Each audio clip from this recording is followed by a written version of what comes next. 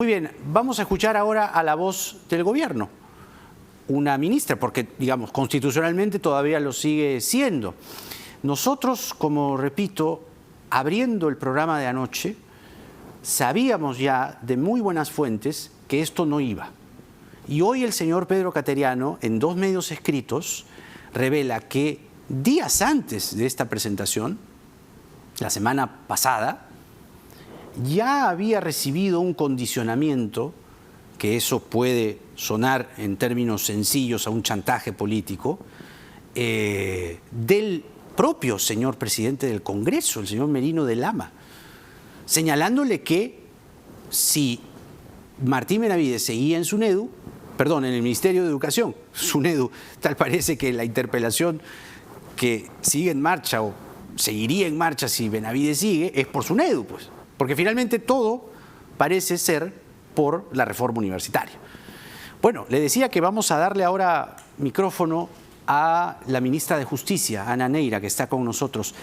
Ministra Neira, buenas noches. Bienvenida al programa. Hola, Jaime. ¿Cómo estás? Muchas gracias. Bueno, nuestro público está, advertimos y lo intuimos, muy interesado en saber cuál ha sido el tono, en qué términos se ha desarrollado esta última reunión del Consejo de Ministros hoy en Palacio de Gobierno, después de conocerse la votación negativa al gabinete kateriano. Cuéntenos, por favor.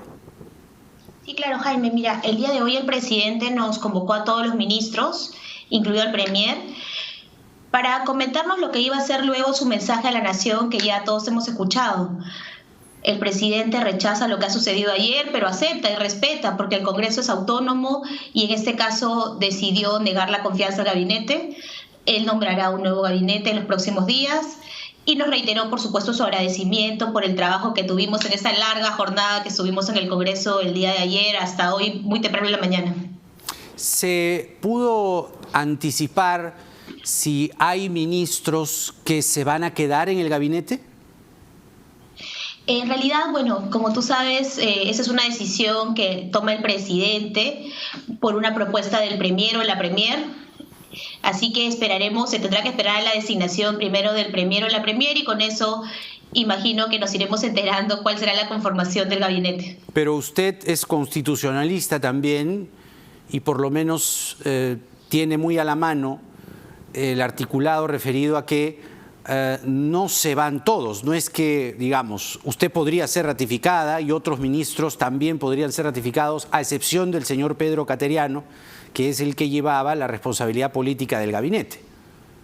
Sí, Jaime, en realidad esto más que en la Constitución ha sido precisado por una sentencia del Tribunal Constitucional.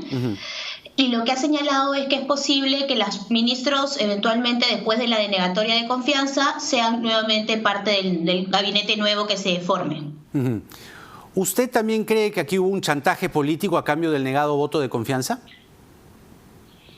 Mira, leí las declaraciones del premier. Yo no he estado presente en esa reunión.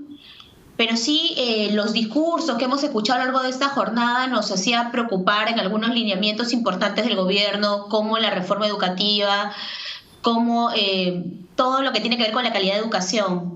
Y ahí yo quiero señalar también, mira, el premier tuvo la gentileza de invitarme a las reuniones con los partidos y todos nos decían que tenían una voluntad de trabajo conjunto, hemos encontrado incluso temas específicos, de diferentes materias, en mi caso reforma política, reforma de justicia, pero también las ministras de Salud y de Economía comentaban lo vinculado a sus sectores, las perspectivas económicas, el cambio de estrategia que está impulsando la doctora Pilar Macetti, y todos nos decían que iban a renovar su confianza, que nos iban a dar apoyar, y luego hemos tenido este resultado que no se condice con esta voluntad de diálogo del gabinete, así que eso sí nos preocupa sin duda, porque añadimos una crisis política en el marco de una pandemia, en el marco de una crisis económica. Cuando alguien, en este caso congresistas, le dicen no se preocupen, tienen nuestra confianza, vamos para adelante, se lo dicen en un momento y en los hechos, horas, días después, ocurre lo contrario, ¿eso cómo se llama para usted? Mira, eso para mí se llama, bueno, no sabría yo encontrar un calificativo, pero sí me preocupa el cambio de actitud. Sí siento que nosotros estamos para sumar en el marco de una pandemia. Y no solamente los congresistas, sino todas las personas, los empresarios, los ciudadanos. Y sí nos preocupa que esta actitud no se mantenga. Reconocemos el trabajo que han hecho algunas fuerzas políticas de darnos la confianza. Sin duda pueden discrepar de la política de gobierno en algunos puntos, pero lo central creo es sumar esfuerzos en beneficio del país.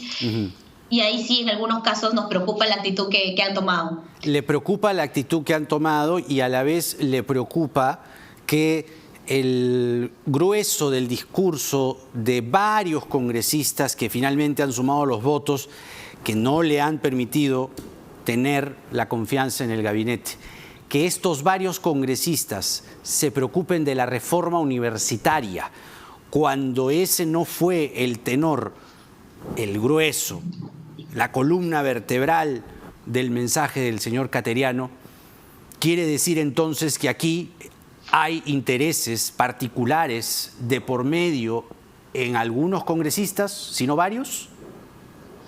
Mira, yo sentí en los discursos diferentes temas, ¿no? Una preocupación común que creo que nos une es la salud. Creo que todos hemos tenido estos días casos cercanos en lo que hemos visto personas enfermar, no encontrar camas. Y esto es algo que la ministra de Salud nos cuenta, incluso que colegas suyos la llaman llorando, preocupados porque no pueden enfrentar esa crisis. Esa preocupación la compartimos y justamente por eso es que creemos que hubiera sido una oportunidad para que nos den la confianza y sigamos trabajando en esta estrategia que está reforzando la ministra Macetti. Ella está sincerando las cifras, está trabajando para reforzar los tratamientos farmacológicos y sí nos parecía que eso era algo que ella ha expuesto con tanta claridad, incluso reforzando el tema del oxígeno también, que honestamente te digo que me preocupa sentir que pese a ese sinceramiento, pese a ese trabajo, hayan negado la confianza al gobierno.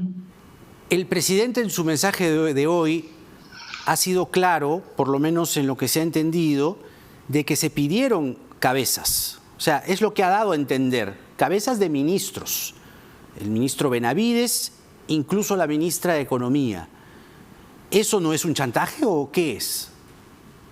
Mira, yo no podría especular sobre conversaciones en las que yo no he participado, pero sí he leído con detalle lo va a entender, he leído con detalle la entrevista del premier Cateriano y sin duda las declaraciones del presidente. Ellos lo que han señalado es que nosotros reforzamos nuestro compromiso con la calidad educativa y no vamos a ceder ante ninguna presión que pueda ir en otro sentido. Claro, claro. Ahora,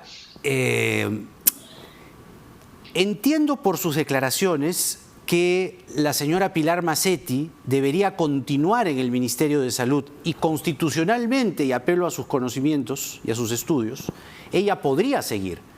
Digo porque estamos en una pandemia, ¿no? Mira, esta es una decisión que a mí no me corresponde. Yo he tenido mucho espacio para compartir con la doctora Pilar Macetti y te digo honestamente que creo haber tenido casi un curso rápido de todos los datos básicos de la pandemia. Creo que no he podido tener una mejor persona para compartir mis primeros días como ministra, pero esa es una decisión que compete al presidente. Sin duda todos estamos a disposición y estaríamos honrados de integrar el nuevo gabinete, pero es el presidente con el premier quienes toman esa decisión. ¿Qué entiende usted del mensaje de hoy del presidente cuando dice que la reforma universitaria no se negocia? Bueno, entiendo lo que hemos dicho. Para nosotros es importante la reforma universitaria, con SUNEDU, luego con Martín Benavides como ministro de Educación. Creo que ha sido claro nuestro enfoque de protección de la SUNEDU y de todo su rol. Pero el presidente dice más, lo que le decía hace un momento, ¿no? Él dice, los acomodos bajo intereses particulares no nos harán retroceder. ¿Qué intereses particulares hay? Las universidades. Bueno, es el presidente de la República, no el señor Cateriano. No, sí, sin duda. Yo he seguido el mensaje también. El presidente ha conversado con el premier y ellos han expresado sus declaraciones sobre la base de las conversaciones que han tenido, entiendo, con diversas fuerzas políticas en diferentes términos, ¿no? En mi caso, no se me ha abordado directamente este tema, pero sin duda sí quiero reafirmar desde el gobierno que nosotros creemos siempre en la calidad educativa, como creemos también desde mi sector en la reforma política de justicia, y no vamos a ceder en la necesidad y la importancia de reforzarlas y consolidarlas. Digamos, en este momento o en esta entrevista, usted como ministra de Justicia, aún en funciones, es también una suerte de vocera del gobierno.